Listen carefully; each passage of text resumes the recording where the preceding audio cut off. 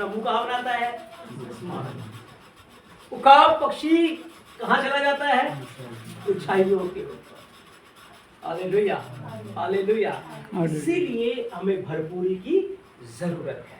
ठीक, तो हम धन्यवाद देते हैं। इसलिए हम इन बातों के द्वारा, इन वचन के द्वारा हम उस ऊंचाई के पास ऊपर उड़ेंगे जहां पर हमारा एक पुराना जो मनुष्य है बिल्कुल ट्रांसफॉर्म हो जाएगा, नया बनेगा, और हम उन बातों को देख पाएंगे, उन बातों को सुन पाएंगे जो सच में फिजिकल आंखें नहीं देख सकती, एक फिजिकल मन उसे नहीं समझ सकता, फिजिकल कान उसे नहीं सुन सकते। बाइबल के अंदर लिखा है हनोक प्रार्थना में रहता था, वो यहोवा के साथ साथ चलता था, 300 साल तक वो यहोवा के साथ साथ चलता रहा।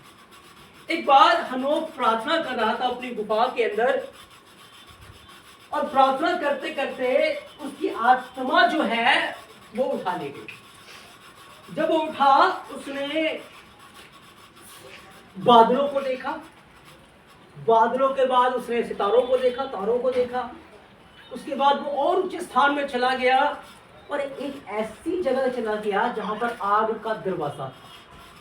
क्या था? आग का दरवाजा। जब उसने आग के दरवाजे को देखा, वहां पर वो गिर पड़ा, मुंह केवल गिर पड़ा।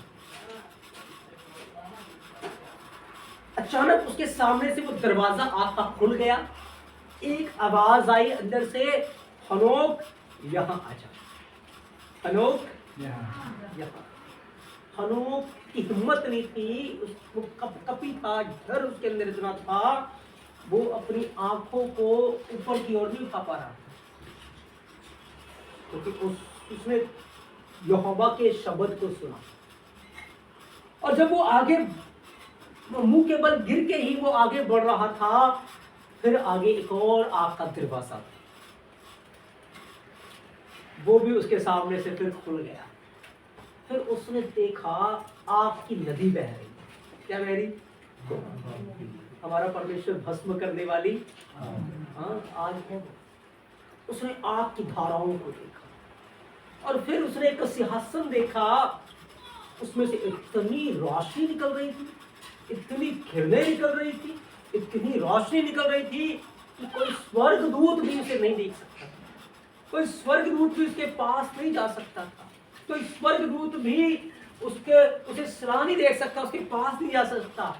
हनोक ने बस वो ज्योति को देखा, उस ज्योति को देखा, और यही उसका बड़ा अनुभव था कि उसने अपना जीवन उस समय जब बुराई इस पृथ्वी के ऊपर अपने चरम सीमा पे थी, अपना जीवन पवित्रता में गुजारा, अपना जीवन वचन के अंदर गुजारा। आमीन, हालेलुया। तो आज वही दर्शन जो हनोक ने देखा, वही दर्शन जो दानियल ने देखा था, वही दर्शन जो यूहन्ना ने प्रकाशित वाक्य में देखा, आज वही बातों को दिखाने वाला हमारे पास जो बाइबल है हमारे हाथों में, ये हमें उस स्वर्गीय स्थानों में लेकर जाता है, ये हमें यहोवा के सिंहासन के पास लेकर जाता है। जब आप इतना उसमें आत्मा में आप उसको पढ़ेंगे ना, आपको लगेगा मैं वहां पहुंच चुका हूँ। आप उसकी प्रेजेंस को, उसकी उपस्थिति को इस कदर महसूस कर पाएंगे कि मैं कहां पहुंच गया, उसके जलाल, उसके स्वर्ग। स्वर्ग वहां है जहां यीशु है, जहां यीशु है वहां स्वर्ग है, जहां स्वर्ग है वहां यीशु। Hallelujah, hallelujah. जब पवित्र आत्मा हमारे जीवन में उस भरपूरी को, उस आनंद को ले आता है, उस स्वर्ग का अनुभव है, वो स्वर्गीय अनुभव है, वो स्वर्गीय शांति हमारे जीवन में लेकर आता है। आमेन, आमेन। तो कुछ बातों को हम सीखेंगे। हमने पिछली बार 22 अल्फाबेट को सीखा, और भजन संहिता 119 अध्याय के अंदर ये 22 के 22 लेटर लिखे हुए हैं, है ना।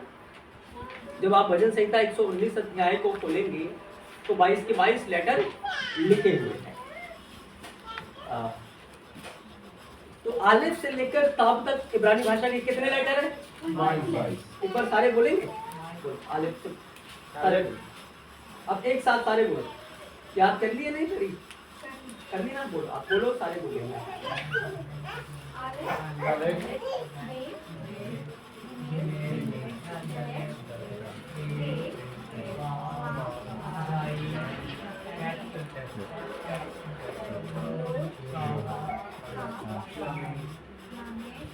चलो मेरे पीछे बोलो आलिफ बैत गीमेल दालित हे वाव जाइन कैफ tet योद काफ लामिद मेम नून सामिक आइन पे सादिक खोफ रेश शिन तब आमेन आमेन।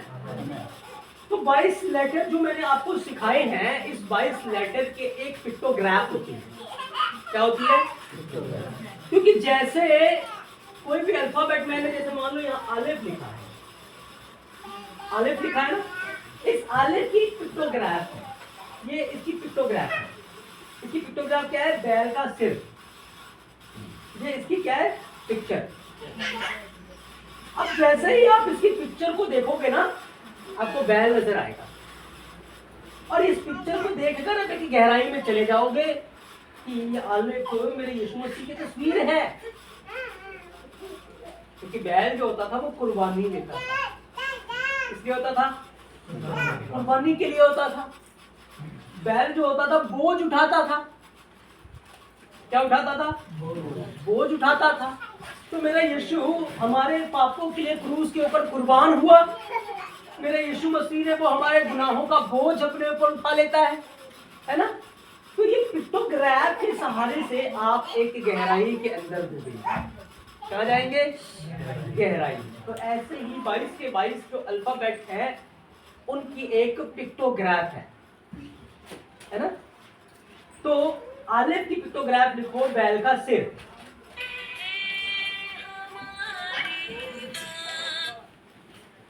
आलिफ की जो पिक्टोग्राफ है वो बैल का सिर है।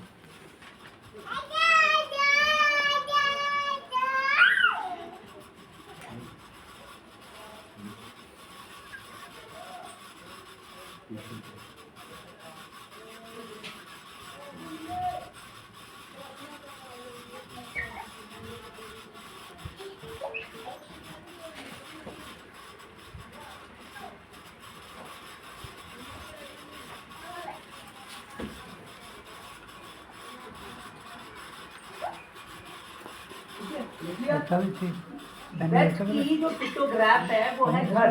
ये इसकी तस्वीर है घर की।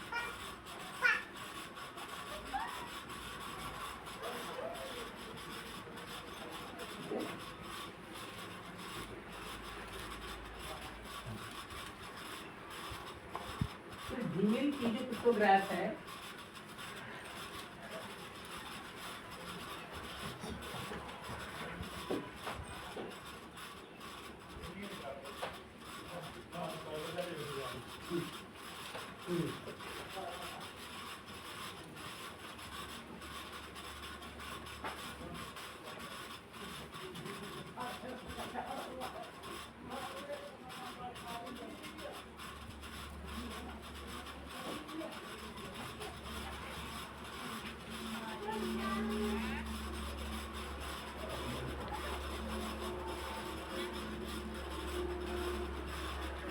पिक्टोग्राफ है वो है दरवाजा।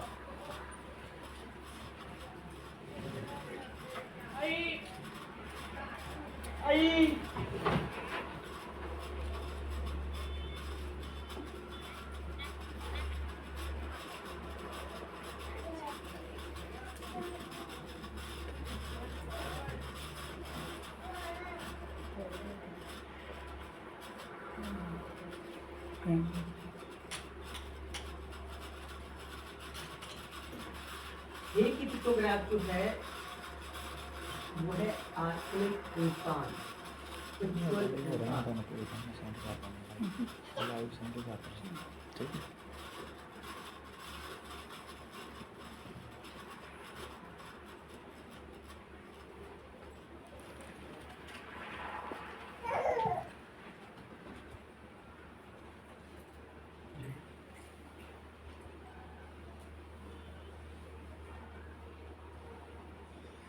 वाव की जो पिक्टोग्राफ है वो है कील।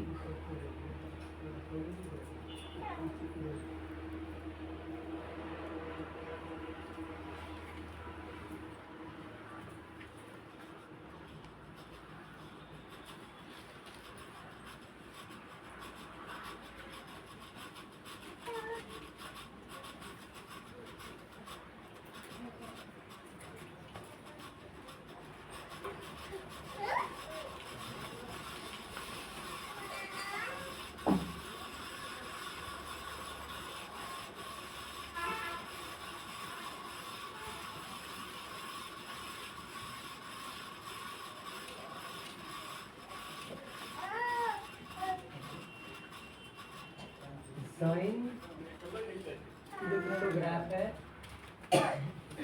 वो है तलवार।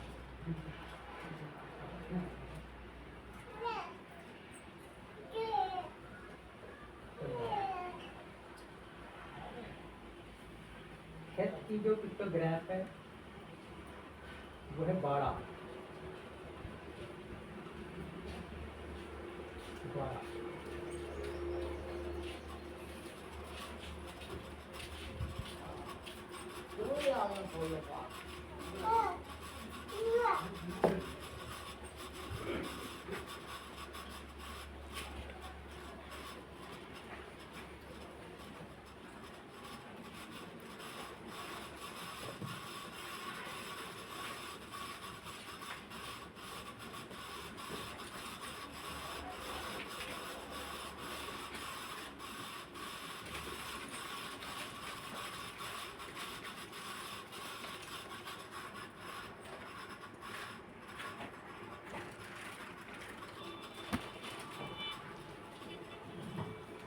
देखिए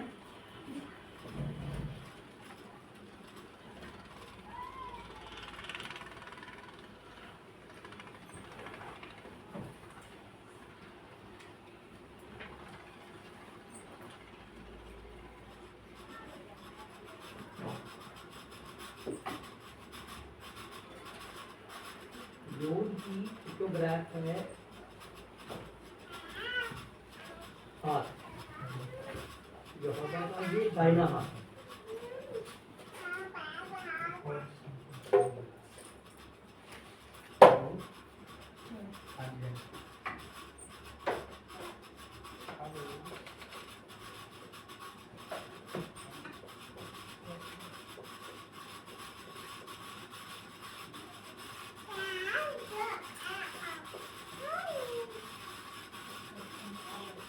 दाहिना हाथ। आपकी जो पिक्टोग्राफ है जो होगा कि दोनों हाथ।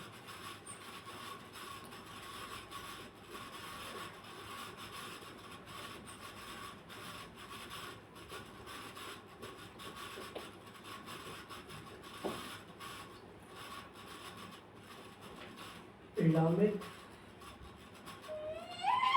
की जो पिक्टोग्राफ है वो है छड़ी। बीच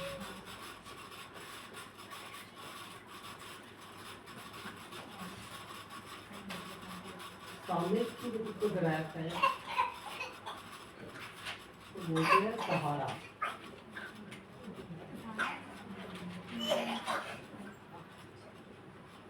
आई की पिक्टोग्राफ है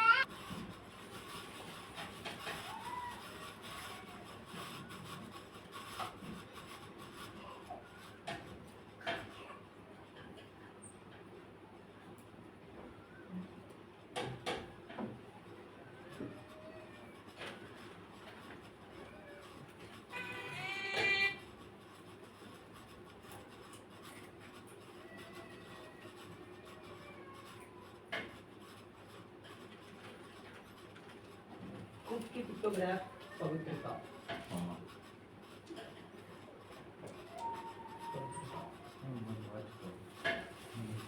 रेस्ट को पिक्टोग्राफ होता है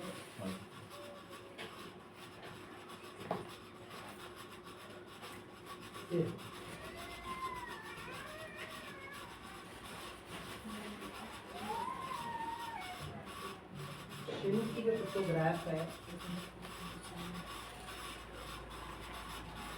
बहुत भस्म करने वाली आग।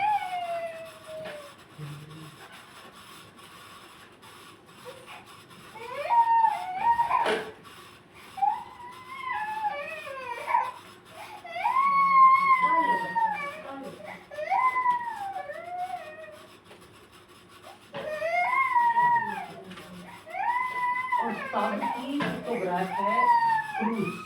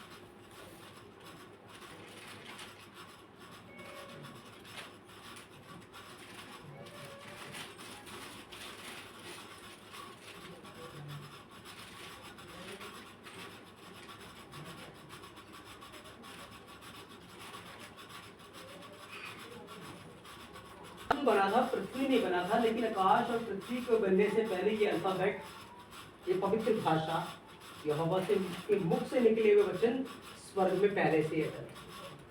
तो अभी आदम बना नहीं है, पर क्रूस देखो पहले ही आ गया। आखिरी जो लेटर है ताब, उसकी तस्वीर क्या होती थी? क्रूस पहले ही आ गया, क्योंकि उद्धार का जो काम था वो पहले ही पता था यहोवा को कि आदम पाप में गिरेगा, फिर उसके लिए क्रूस के ऊपर खून बहाना पड़ेगा, उसकी कुर्बानी, यीशु अपने पुत्र की मुझे कुर्बानी देनी पड़ेगी। पहले से था उसकी योजना में।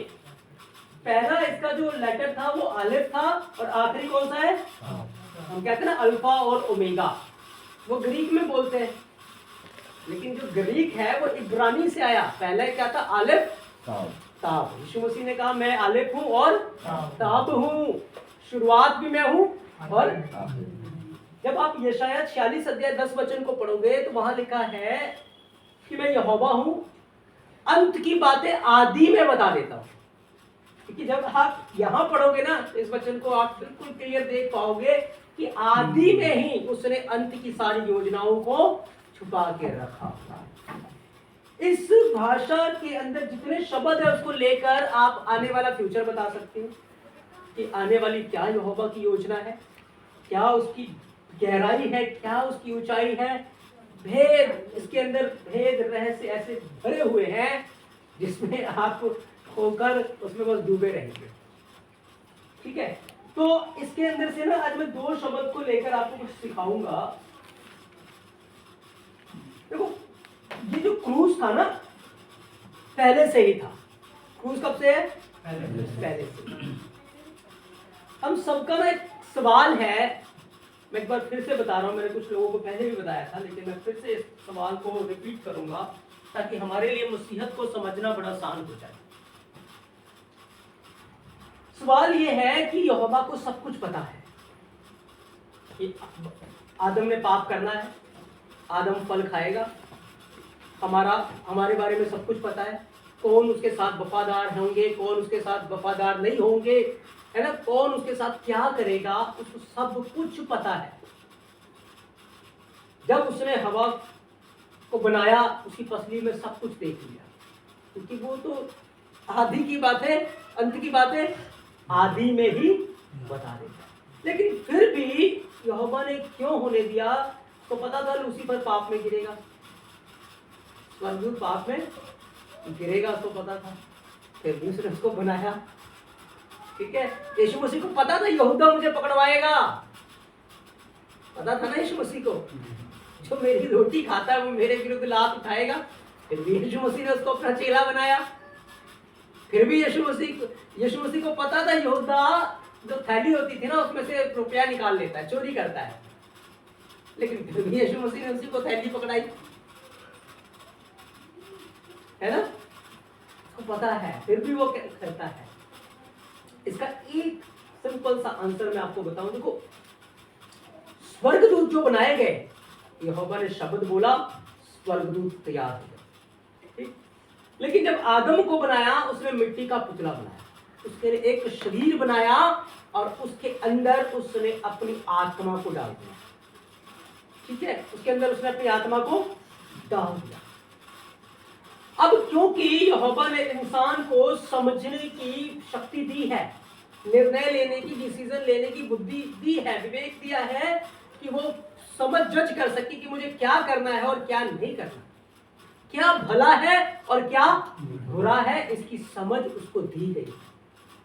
तो जब स्वर्गदूत के पास एक विचार आया लूसीफर के मन के अंदर कि क्या मैं जिसकी आराधना करता हूं क्या मैं उसके ऊपर नहीं जा सकता। देखो, चर्च के अंदर कई विश्वासी होते हैं, तो पास्टर जी के पीछे हम क्यों लगे रहे कि हम अपना नहीं कर, हम पास्टर जी के ऊपर नहीं जा सकते। आती है ना बातें मन में, क्या हम उनसे ऊपर उठ जाते हैं। तो ऐसा ही विचार उसके अंदर आया, लेकिन अब उसे गाइड करने वाला कोई दूसरा विचार नहीं था, एक ही विचार। आज हमारे पास कितने विचार? 2 विचार। एक विचार शैतान की ओर से आता है, एक विचार पवित्र आत्मा की ओर से आता है ना? पर उस समय तो कोई शैतान था नहीं। स्वर्ग पवित्र जगह है, वहां कोई पाप नहीं है, कोई बुराई नहीं है, लेकिन स्वर्गदूत के अंदर एक तरफा विचार कि मैं अपने सिंहासन को उसके सिंहासन से ऊपर ले जाऊंगा, मैं ये करूंगा, मैं वो करूंगा, मैं वो करूंगा।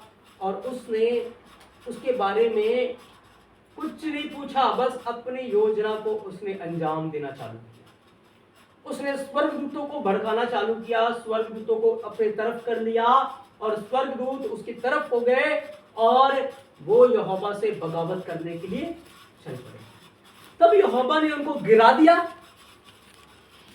स्वर्ग से गिरा दिया और उनके लिए अनंत आग ठहरा दी। नरक की जो आग है वो इंसानों के लिए नहीं बनाई, किसके लिए बनाई? उन गिराए हुए स्वर्गदूतों के लिए। ठीक है, अब देखो जब ये बातें हो रही थी, शैतान ने सब स्वर्गदूतों से बात की क्योंकि वो सबके ऊपर प्रधान था। तो 1/3 जो लोग थे वो उसकी तरफ हो गए और 2/3 यहोवा की तरफ हो गए, है ना। एक बार यहोशू ने कहा था कि कौन यहोवा की तरफ है और कौन दुष्ट आत्मा दिव्य देवताओं की तरफ है, क्योंकि मैं और मेरा घराना यहोवा की सेवा करेंगे। तुम चुन लो तुम किसकी सेवा करो। तो इससे पता क्या चल रहा है कि जो 2/3 स्वर्गदूत है वो विश्वास योग्य है और जो 1/3 स्वर्गदूत है वो विश्वास योग्य, वो बेईमान है, वो ईमानदार नहीं है। समझ आया? 2/3 ईमानदार है और 1/3 बेईमान है। तो जो बेईमान है उनको नीचे गिरा दिया गया। अब ईमानदारी का पता कैसे चलेगा? बंदा ईमानदार है कैसे पता लगेगा? जब परीक्षा में से जाएगा, जब आप उसका टेस्ट लोगे तभी तो आपको पता लगेगा कि मेरे साथ व्यक्ति ईमानदार है या नहीं है। समझ आया? ऐसे आदम का भी टेस्ट हो रहा था कि फल लगा हुआ है। अब आदम की भी परख होनी थी कि बेईमान है या ईमानदार है। ये किसकी बातों में आएगा? ये मेरी बात सुनेगा या अपने दुश्मन की बात सुनेगा? क्योंकि यहोवा को कौन से लोग चाहिए? विश्वास योग्य लोग चाहिए। समझ आया? इसीलिए वो जो फल था उसकी विश्वास योग्यता को परखने के लिए था और यहोवा ने उसको चिता दिया था कि जिस दिन तू इस फल को खाएगा उसी दिन तू मर जाएगा। और ये बात बिल्कुल सत्य है, जिस दिन उसने फल खाया उसी दिन वो मर गया। आप कहेंगे कैसे मरा? एक दिन 1000 साल। आदम की आयु कितनी? 930 साल। तो उसी दिन मर गया, एक दिन नहीं जी पाया वो। ठीक। अब यहोवा चाहता तो वहां आदम की जनरेशन रोक देता कि पाप पृथ्वी के ऊपर ना फैले, गुनाह पृथ्वी के ऊपर ना फैले। पर यहोवा को जो 1/3 गिरे हैं, जो आराधना करने वाली मंडली गिरी है, अब उसको ईमानदार लोग चाहिए नहीं चाहिए वहां के लिए? हमारी जो पोजीशन है वो स्वर्गदूतों से ऊपर है, क्योंकि स्वर्गदूतों को हमारी तरफ परखा नहीं गया। स्वर्गदूतों को हमारी तरफ परखा, वो तो सेवा टहल करने वाली आत्मा है, लेकिन राज्य हमें मिलने वाला है। उन लोगों को मिलेगा जो दुख के अंदर, परेशानियों में, कष्ट में यहोवा के साथ ईमानदार रहते हैं। जब कोई आपको नहीं देख रहा, यहोवा आपको देख रहा है, यीशु मसीह आपको देख रहा है, पवित्र आत्मा आपको देख रहे हैं कि आप वफादार हैं या नहीं हैं। हनन्याह और सफीरा जब कमरे के अंदर ये सलाह कर रहे थे कि एक भाग जाके दे देते हैं, बाकी हम रख लेते हैं, कौन देख रहा था उनको? पवित्र आत्मा देख रहा था ना। तो पतरस ने कहा, हनन्याह तेरे मन में शैतान ने क्यों डाला तू पवित्र आत्मा से झूठ बोले? इसका अर्थ है जो हनन्याह और सफीरा है वो विश्वास योग्य है, वो विश्वास योग्य नहीं है।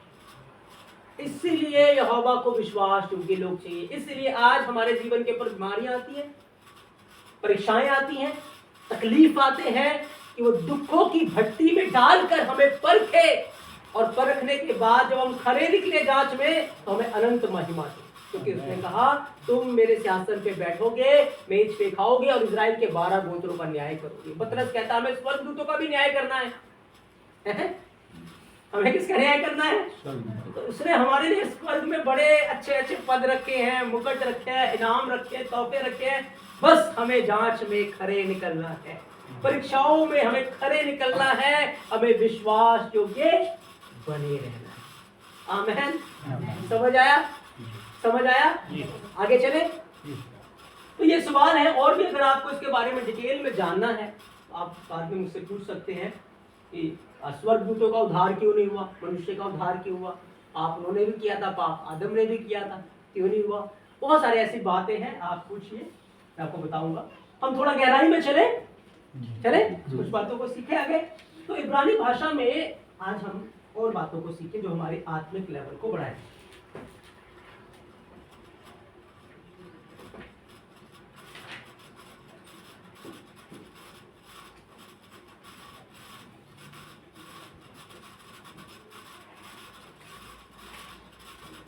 ये क्या लिखा है मैंने?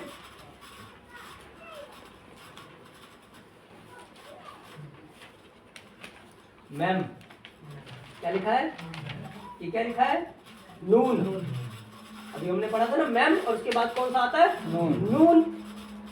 ठीक है, जब मैम और नून को हमने यहां जोड़ा है तो इससे हमें कुछ गहराई नजर आएगी।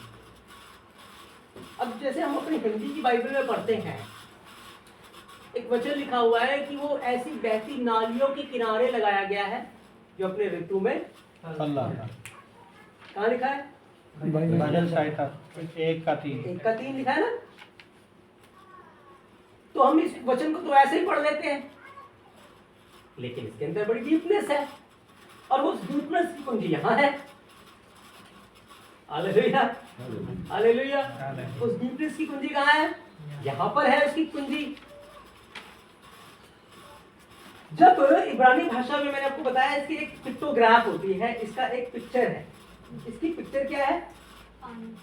पानी है ना। इसकी पिक्चर क्या है? और इसकी पिक्चर क्या है? बीज। क्या है? आमेन। अगर ये बीज पानी के पास होगा तो बीज क्या होगा? बढ़ेगा, पौधा बनेगा, फिर पेड़ बनेगा, ये फलता रहेगा। ये तो लिखा बाइबल में। लेकिन अगर ये पानी के पास नहीं होगा तो सूख जाएगा, मुरझा जाएगा, खत्म हो जाएगा। किसके पास रहना है इस बीज को? पानी का। किसके पास रहना है? अब इसको अगर हिब्रू में अगर हम पढ़ेंगे तो मैम से हमें क्या मिलेगा? म। और नून से हमें क्या मिलेगा? न। तो म और न को जोड़ेंगे तो मन्ना बन जाएगा। क्या बन जाएगा? क्या बनेगा? मन्ना। मन्ना। ये मन्ना क्या है? रोटी। क्या है मन्ना? इजराइलियों ने 40 साल जंगल में क्या खाया था? क्या खाया था? मन्ना खाया था। तभी तो वो बीमार नहीं पड़े। बीमार पड़े?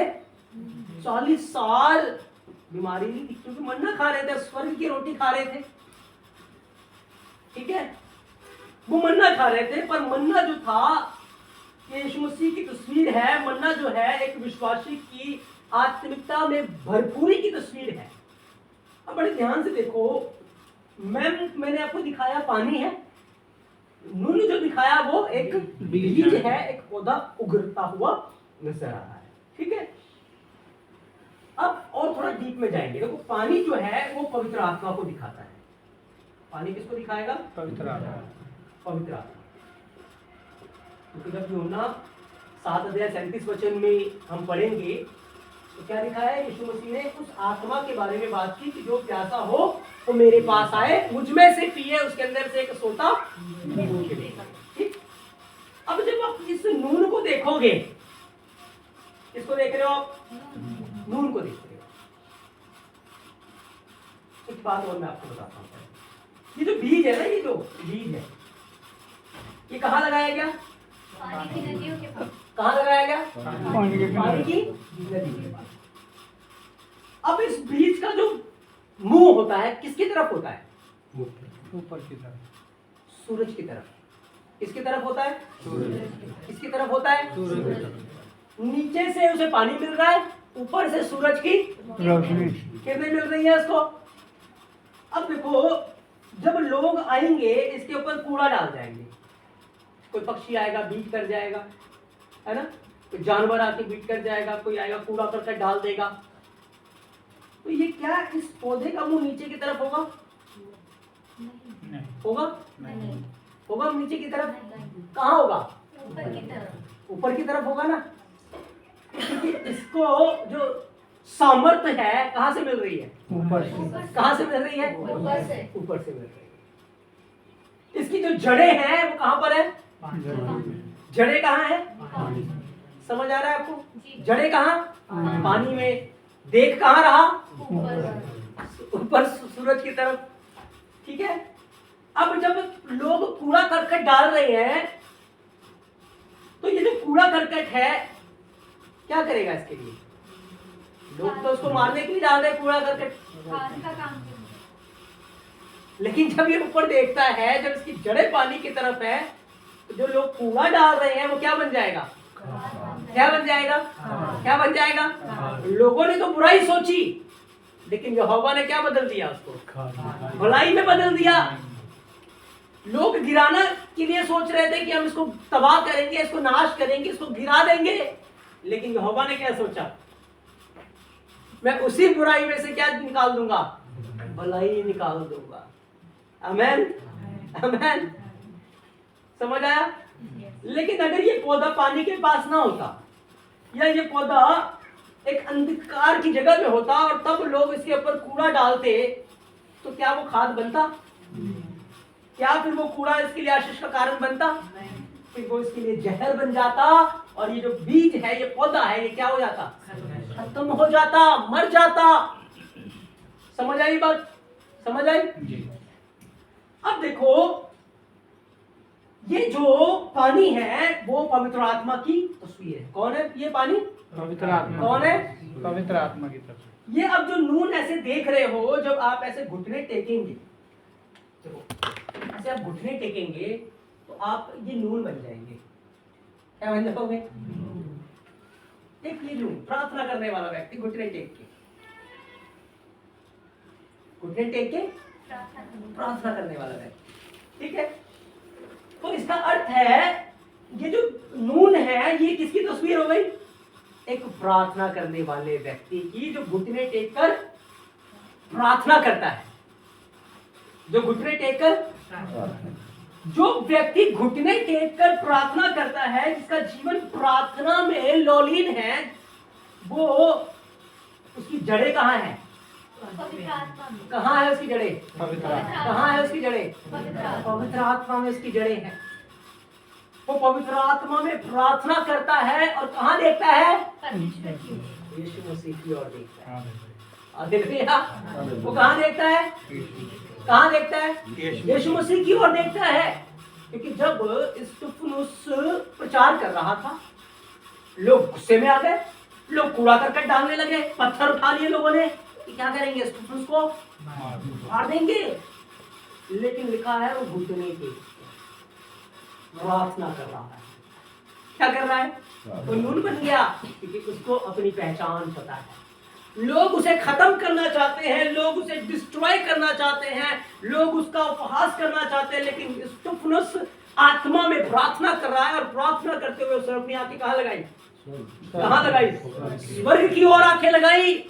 स्वर्ग खुल गया, तो यीशु को देख रहा है और प्रार्थना कर रहा है, ये पाप इनके ऊपर मत लगा, इन्हें क्षमा कर। हालेलुया। लोग कूड़ा डाल रहे हैं, मेरा यीशु ने खाद में तब्दील कर रहा है। हालेलुया। लोगों ने उसे नाश करना चाहा, लेकिन स्तिफनुस यीशु मसीह के पास चला गया। वही नाश, वही पत्थर जो लोगों ने उसे बर्बाद करने के लिए उठाया था, यहोवा ने उसे बढ़ाने के लिए इस्तेमाल कर लिया। Hallelujah, hallelujah. क्योंकि उसकी जड़ें कहाँ हैं? कहाँ है उसकी जड़ें? आत्मा में उसकी जड़ें हैं। उसकी आंखें यीशु मसीह की ओर है। ऐसे हमारे साथ भी होता है। लोग कूड़ा करके डालते हैं ना, शब्दों के कूड़े आपके ऊपर डालेंगे, तुम ऐसे हो, तुम वैसे हो, तुमने ये नहीं करा, तुमने वो नहीं करा, है ना, ताने मारेंगे, तुमने धर्म चेंज कर लिया, ऐसी बातें कहेंगे ना। लेकिन अगर आप आत्मा में प्रार्थना करने वाले व्यक्ति हैं, आप नून की तरह पवित्र आत्मा में आपकी जड़ें हैं और आप यीशु की ओर देखते हैं, तो वही निंदा, वही अपमान आपके लिए आशीष का कारण बन जाएंगे। हालेलुया। वही आपकी बढ़ोतरी का कारण बन जाएंगे। क्यों? क्योंकि आपकी जड़ें कहाँ हैं? कहाँ है आपकी जड़ें? कहाँ है आपकी जड़ें? पवित्र आत्मा में। लेकिन अगर ये पौधा उस कूड़े करकट की ओर देखता, अंधकार में होता, इसके पास वचन की ज्योति नहीं होती, तो ये नाश हो जाता। ऐसे ही अगर आप प्रार्थना में नहीं रहेंगे, आप यीशु मसीह की ओर नहीं देखोगे, तो वो शब्द आपको बर्बाद करके रख देंगे।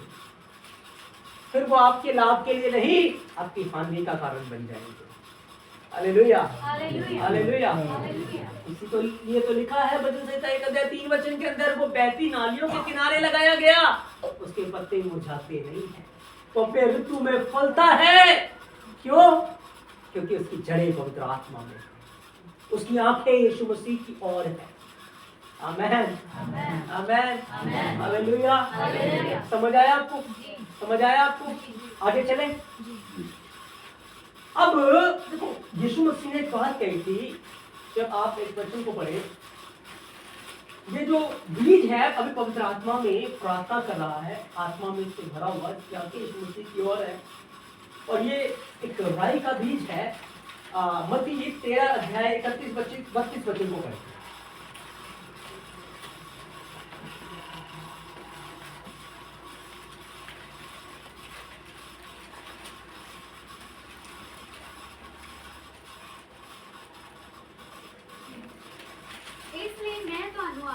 हाँ, मैं तुमसे कहता हूँ, जो हरेक पाप अते नहीं, मत्ती 13 अध्याय 31-32।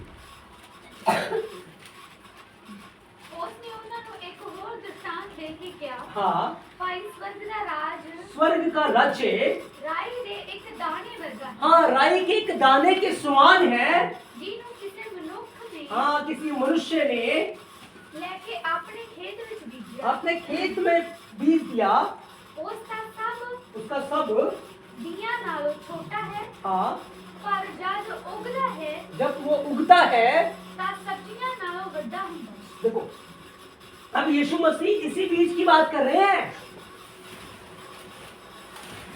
एक मनुष्य ने एक राई का दाना देखा आपने? सरसों का दाना देखा? कितना छोटा होता है? सबसे छोटा होता है बीजों में। पेड़ देखा किसी ने? पेड़ कितना बड़ा होता है उसका, है ना? तो यीशु मसीह ने कहा स्वर्ग का राज्य उस राई के दाने के समान है। इसी राई के दाने की बात कर रहा हूं। बीज में सबसे छोटा है, लेकिन जब उसे बो दिया जाता है तो इतना बड़ा पेड़ बन जाता है कि आकाश के पक्षी आकर उस पर घोंसला बना लेते हैं, जानवर उसके छांव के नीचे बैठते हैं, लोग उसके छांव में आकर बैठते हैं। एक बार नबूकदनेस्सर ने एक सपन देखा था ना, एक बड़ा पेड़, विशाल पेड़ है, तो दानियल ने क्या बताया, वो पेड़ कौन है? वही है वो पेड़।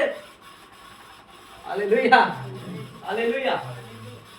अब यीशु मसीह इस राई के दाने की बात क्यों कह रहे हैं? देखो, ये राई का जो दाना है ना, मैंने आपको बताया कि एक ऐसा व्यक्ति जो आत्मा में प्रार्थना करता है, अपनी आंखें यीशु की ओर लगाता है, बस उसको कोई हिला नहीं सकता, उसको कोई दरदर नहीं कर सकता, उसको बढ़ना।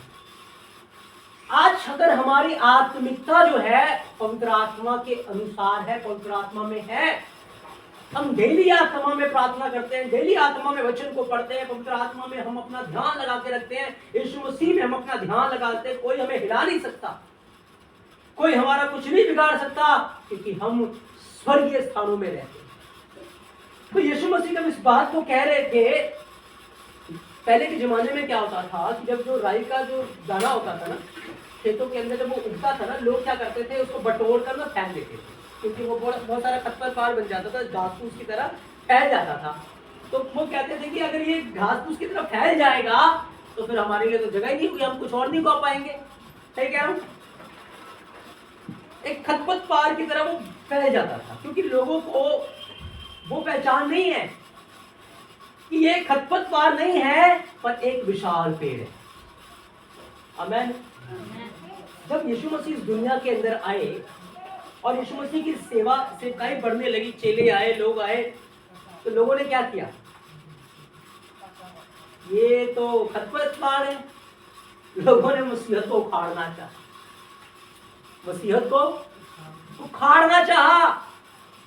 यीशु मसीह के पीछे पड़े रहे, चेलों के पीछे पड़े रहे कि यहाँ से मसीहों को मारेंगे, वहां से मारेंगे, इनका नामो निशान मिटा देंगे, क्योंकि उनको ये पता था कि ये पूरी दुनिया में फैल जाएंगे, हमारे लिए तो लगेगा ही नहीं। आज देखो भारत के अंदर क्या हो रहा है, डर सता रहा है, सारा भारत ही मसीह हो जाएगा, हिंदुत्व जो है वो खतरे में है ना। लेकिन उनको पता नहीं है कि हम वो खरपतवार नहीं है, घास फूस नहीं है, लेकिन एक विशाल पेड़ है जो फलों से फलदार है।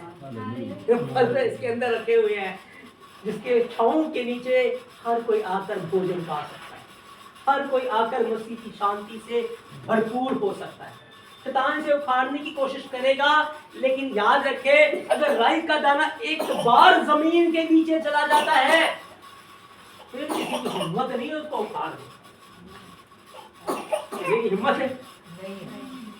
मैं आपको और बात भेद की बात बताता हूँ और हम थोड़ा डीप चलते हैं। जब तक वो राई का दाना हाथ में है उसकी कोई वैल्यू नहीं, वो एक हवा के झोंके से गिर जाएगा। लेकिन जैसे राई का दाना जमीन के नीचे जाता है, अब कोई उसे हिला, जब तक हमारी आत्मिकता ऊपर ऊपर में है कोई भी आंधी का झोंका आकर हमें हिला जाएगा। लेकिन जिस दिन हमारी आत्मिकता जड़ों में चली जाएंगी, उसी में हम बढ़ने लग जाएंगे, अपने जीवन को मसीह में छुपा देंगे कि अब मैं नहीं, मसीह मुझ में जिंदा है। हालेलुया। क्योंकि जो बीज बोया गया वो दिख रहा है, नजर आ रहा बीज? नहीं नजर आ रहा। अगर मैं और आप अपना जीवन मसीह में जाकर बो देंगे कि अब मैं नहीं जीवित रहा, अब मसीह मुझ में जीवित है, अब मेरे कामों से सिर्फ मसीह को महिमा मिले, अब मेरी बातों से सिर्फ मसीह को महिमा मिले, अब मेरे कामों से सिर्फ मसीह की महिमा हो, तो फिर हम नहीं, मसीह नजर आएगा। और फिर हम तो छुप गए, लेकिन जब वो पेड़ बाहर आएगा ना तो पेड़ अंदर आएगा, और उस पेड़ के अंदर पता है बहुतों के लिए चंगाइयां होंगी, बहुतों के लिए छुटकारे होंगे, बहुतों के लिए आशीष और बरकत होंगे, बहुतों के लिए बड़ा इंतजाम होगा। क्योंकि बीज क्या बन गया है? पेड़ बन गया है। लेकिन उससे पहले उसको अपने आप को मारना पड़ेगा। जब तक वो जमीन के नीचे जाकर मरेगा नहीं, वो फल लेकर। यीशु मसीह ने एक बात कही थी कि अगर तुम्हारा विश्वास राई के दाने के बराबर हो, इस शहतूत के पेड़ से कहोगे, इस पहाड़ से कहोगे उखड़ और जा समुद्र में चला जा, ये तुम्हारी मान लेगा। ऐसे यीशु मसीह ने कोई बात नहीं की, इसके पीछे भी बहुत बड़ा भेद है, उसके पीछे भी बड़ा रीजन है। देखो ये जो राई का दाना है ना, एक बार क्या हुआ, रोमी साम्राज्य, जब यीशु मसीह के समय में रोमी साम्राज्य जो होता था, समुंदर होते थे और समुंदर के पास बड़े बड़े पहाड़ होते थे, बड़े बड़े पहाड़। उस समय ऐसे यंत्र नहीं होते थे कि पहाड़ों को काट सके। तो जो आर्किटेक्ट थे उस समय के जो लोग थे, वो मुआयना करने गए और मुआयना कर रहे थे कि हम कैसे यहाँ पर बंदरगाह बनाए। तो उन्होंने ऐसे ही, उनके हाथ में ना राई का दाना पड़ा हुआ था, जब वो जा रहे थे उन्होंने ऐसी राई का दाना बिखेर दिया। जब वो थोड़े समय के बाद आए तो उन्होंने देखा पहाड़े टूट टूट कर समुद्र में गिर रही हैं, पहाड़े टूट रही हैं और समुद्र में। उन्होंने कहा ये कैसे हो गया? तो जब उन्होंने इसका मुआयना किया तो उन्होंने देखा जो राई का दाना उन्होंने गिराया था ना, वो राई का दाना जमीन के नीचे गया। और जब वो जमीन के नीचे गया तो जमीन के ऊपर क्या है? पहाड़। जमीन के ऊपर क्या है? आपने कभी घरों के अंदर देखा है? एक बार वो पीपल का पेड़ होता है, वो उगा आता है ना बाहर, तो बड़ा दीवार है, लेकिन वो दीवार को क्रैक कर देता है, दीवार के बीच में से चीर के निकल जाता है। पर उसको तो कुछ लोहा भी नहीं है, कोई ठोस चीज भी नहीं है, और कितनी कोमल डालियां होती है ना, कितनी कोमल सी चीजें होती है, वो जो पतली सी टहनी सी होती है, लेकिन वो कैसे दीवारों में सुराख कर देती है, कैसे दीवारों में सुराख कर देती है, ड्रिल कर देती है। तो ऐसे जो राई का दाना जब जमीन के नीचे जाता है, ऊपर चाहे पहाड़ क्यों ना हो, वो तड़ेड़े पैदा कर देता है उसमें। वो पहाड़ को भी चीर कर उसके अंदर घुस जाता है, और जब वो घुसेगा तो पहाड़ क्या हो जाएंगे, टूट जाएंगे। यीशु ने कहा अगर तुम्हारा विश्वास राई के दाने के बराबर हो, अगर वो राई का बीज जो इतना कोमल है, इतना छोटा है, अगर पहाड़ गिरा सकता है, तो तुम्हारे अंदर अगर वही विश्वास होगा तो तुम भी पहाड़ को गिरा सकते हो। Hallelujah, hallelujah. अपने ध्यान से सुनना है। जो व्यक्ति सच में यीशु मसीह में विश्वास करता है, आत्मा में रहता है, याद रखें वो जो बीज है यीशु मसीह में छुपा हुआ है, लेकिन जब वो निरंतर प्रार्थना में लगा रहता है, रुकता नहीं है, निरंतर प्रार्थना में लगा रहता है, तो विश्वास की प्रार्थना बड़ी बड़ी समस्याओं के अंदर, बड़ी बड़ी समस्याओं, बीमारियों जैसे पहाड़ों के अंदर तड़ेड़े उत्पन्न कर देती है। वो अपनी डालियां फैलाना शुरू करती है। Hallelujah, hallelujah. वो डालियां को फैलाना शुरू करती है, तड़ेड़े पैदा कर देती है, और फलस्वरूप क्या होता है, जो समस्याओं का पहाड़ है, बीमारियों का पहाड़ है, तकलीफों का पहाड़ है, उनमें तड़ेड़ आ जाती है और वो गिरना शुरू हो जाता है। हालेलुया, आमीन, आमीन। ऐसे नहीं यीशु मसीह कह रहे राई के दाने से, राई का दाना जो है स्वर्ग का राज्य राई के दाने के समान है। ऐसे यीशु मसीह ने नहीं कहा कि तुम्हारा विश्वास राई के दाने के समान हो। हालेलुया। तो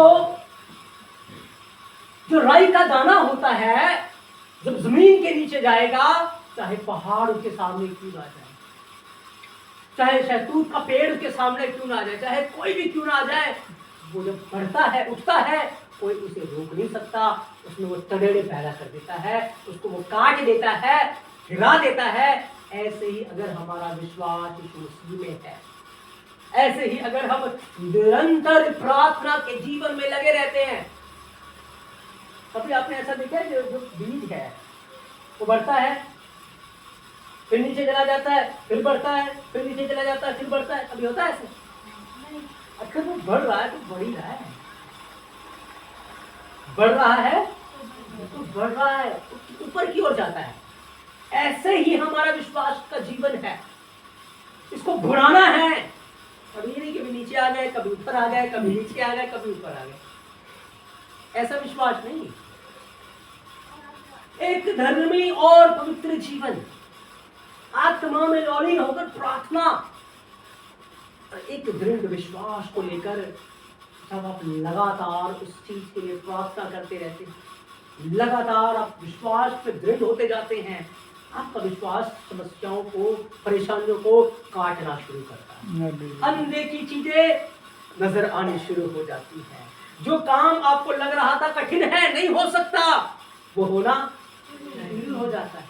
विश्वास यही तो है आत्मा में देखना, यही तो है। क्योंकि पवित्र आत्मा में जब आप प्रार्थना करेंगे, और प्रार्थना भी ऐसे नहीं, आप मेरे बैठो, वचन को पढ़ो, प्रार्थना करो, पवित्र आत्मा मुझे वचन को पढ़ने में मदद, वचन को पढ़ो और फिर प्रार्थना में चलो, फिर प्रार्थना में आप हो जाओ, आपकी स्पिरिचुअल आपको खोले, आपको समझ आना शुरू होगा, आपका विश्वास का जो लेवल है वो बढ़ना शुरू होगा। क्योंकि वो बीज नहीं रहना, छोटा विश्वास छोटा नहीं रहना, उसे एक बड़ा पेड़ बनना है।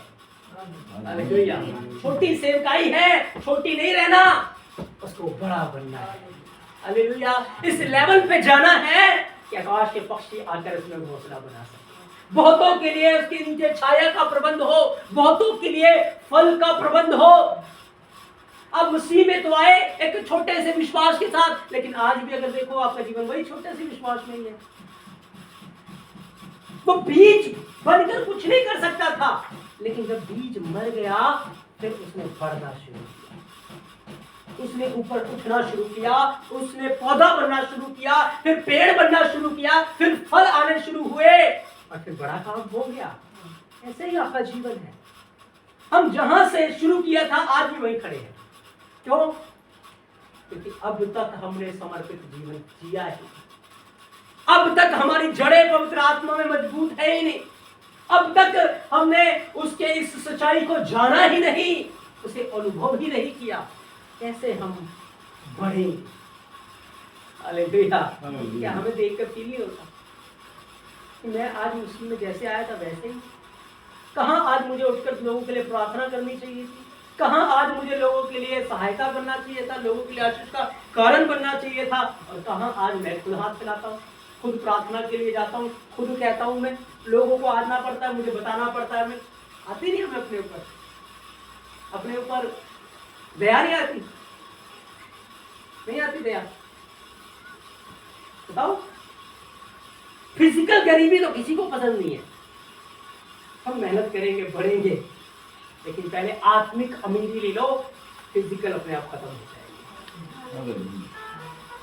पहले तुम उसके धर्म और राज्य की खोज करो, सब वस्तुएं तुम्हें मिल जाए। हाँ, जब पवित्र आत्मा की, देखो स्पंज देखा आपने, जी जब उसको पानी उसके अंदर डाल देंगे, पानी नजर आता है? नहीं क्या नजर आएगा?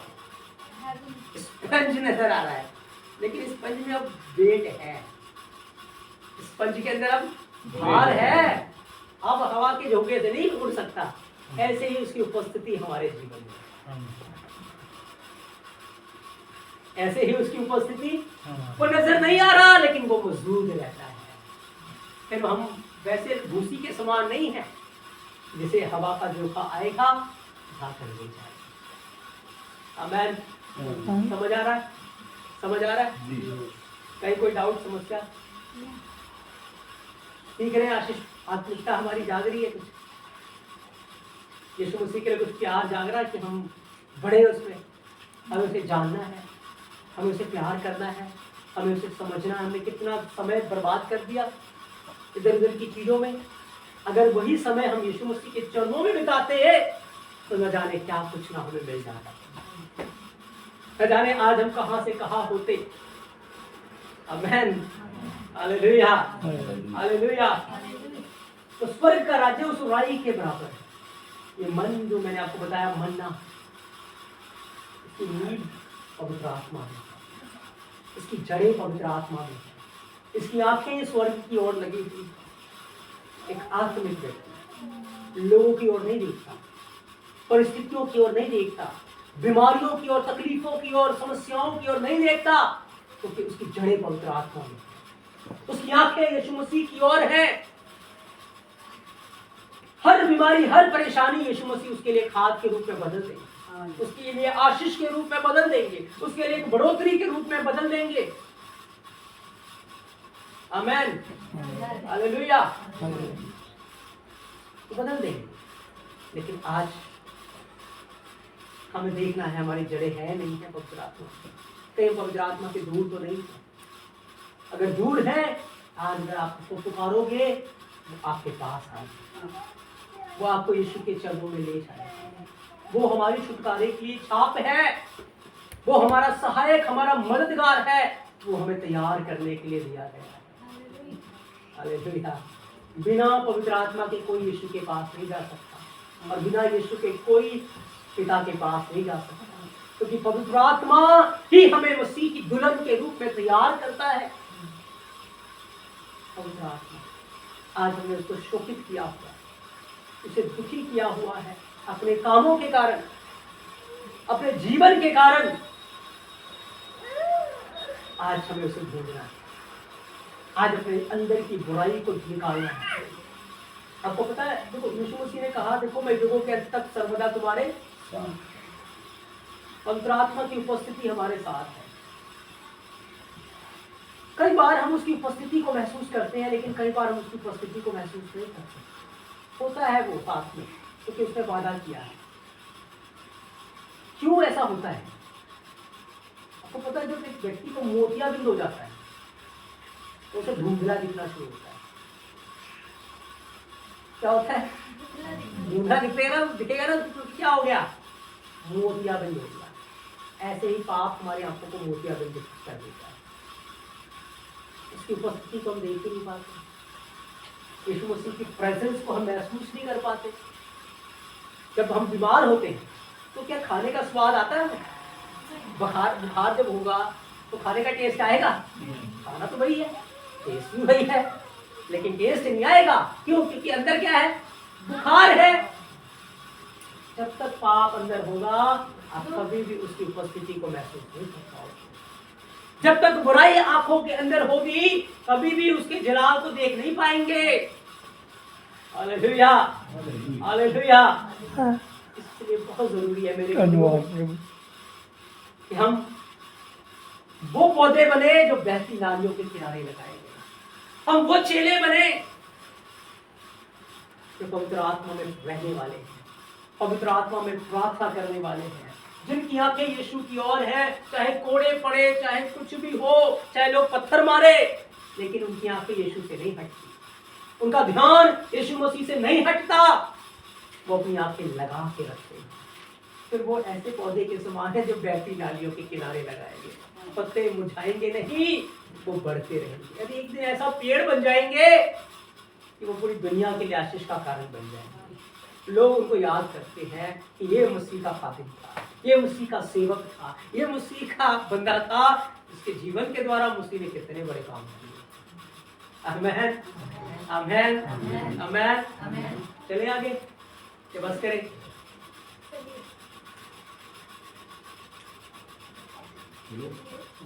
चले आगे। पहली बात हमने सीखी, हमें विश्वास योग्य रहना है। हमें एक सिद्ध बर्तन बनना है, सिद्ध विश्वास योग्य बनना। जैसे मूसा लिखा ना, उसके सारे घर में विश्वास योग्य हमें बनना है। दूसरी बात हमने देखी, हमें कैसे पवित्र आत्मा में प्रार्थना करना, कैसे हमारा विश्वास पहाड़ों में प्रेरणा उत्पन्न कर सकता है, समस्याओं को चीर सकता है, परेशानियों को चीर सकता है, मार्ग तैयार कर सकता है। मूसा का विश्वास ही तो था, लाल समंदर में से रास्ता तैयार कर। यहोशू का विश्वास ही था, जब याजक लोग यरदन में खड़े हो गए, यरदन नदी दो भाग हो गया। एलीशा का विश्वास ही तो था, मारा उसने चद्दर को, नदी दो भाग हो गई, है ना। ये विश्वास ही है। बस यीशु ने कहा कोई संदेह ना हो। पाप हमारे जीवन में संदेह को उत्पन्न कर देता है। विश्वास, जिस बात में आप खड़े हैं वचन के अनुसार, आपको अटल रहना है। आमीन।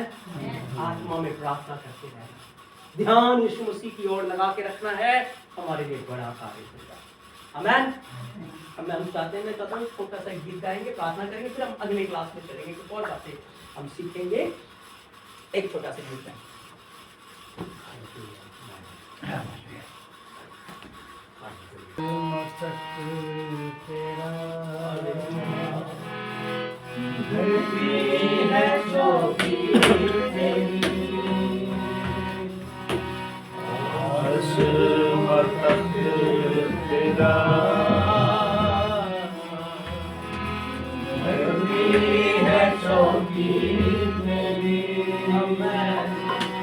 बदला न बदलेगा कोई, ऐसी है हस्ती तेरी। बदला न बदले कभी, ऐसी है हस्ती तेरी। यीशु पाक है, पाक है, सजदों पे सजदे करूं। पाक है, यीशु पाक है, सजदों पे सजदे करूं। तेरी हज़ूरी में झुकता रहूं, सजदों पे सजदे करूं।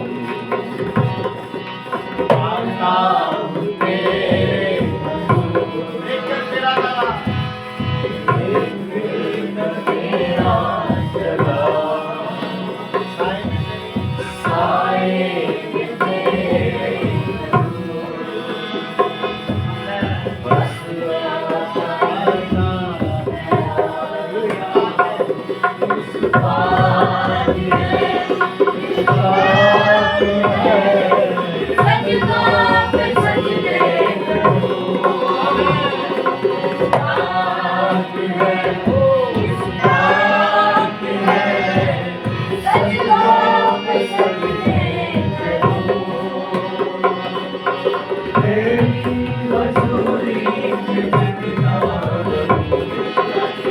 सजदों पे सजदे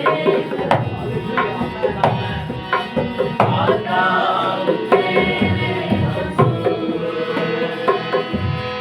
देख के तेरा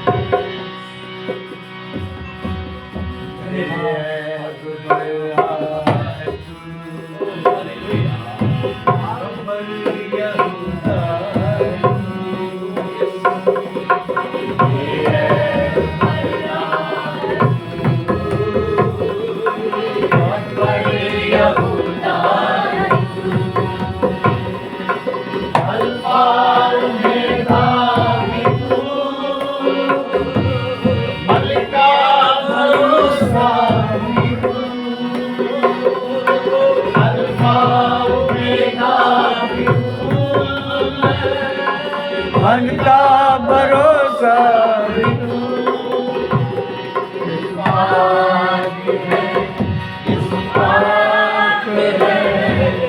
सजदों पे सजदे